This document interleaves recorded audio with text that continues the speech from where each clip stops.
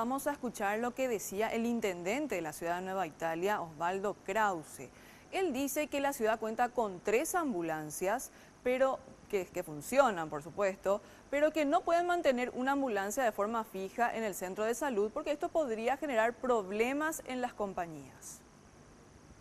Esta es una de las planillas entregadas por el intendente Osvaldo Krause de Nueva Italia, tras la denuncia de los pobladores respecto a que las 3 ambulancias de la comuna se encontraban estacionadas al momento en que la pequeña Rosalía debía ser trasladada a Villeta.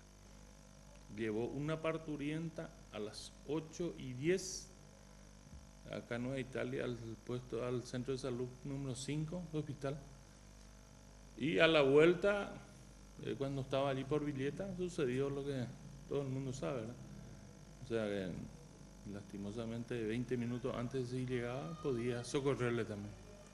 Pero está operativa, es una ambulancia 0 kilómetros que se había comprado con aire, con todas las condiciones para transportar gente.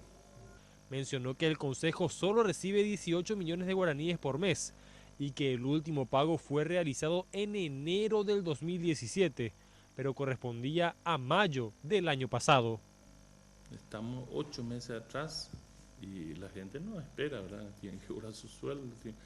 Al final, toda la plata que venimos, apagamos incendio de sueldo y nos falta todo. Expresó que en varias ocasiones el director del hospital solicitó las reparaciones de la ambulancia, pero que en esta última ocasión esto no se hizo. Hace 15 días más o menos reparamos el embrague, gastamos 1 millón y tanto con recursos de la municipalidad. Esta puerta no tenía el consejo ni tampoco me sobraba a mí, entonces no pudimos reparar. El director tiene que hacer un escrito, presentar al consejo, pedir la autorización para el gasto y eso no sucedió. Rosalía era una niña de 10 años quien sufrió un ACV mientras practicaba danza en la mañana del sábado y falleció mientras era trasladada en taxi al hospital de Villeta, debido a que la ambulancia del centro de salud se encontraba descompuesta.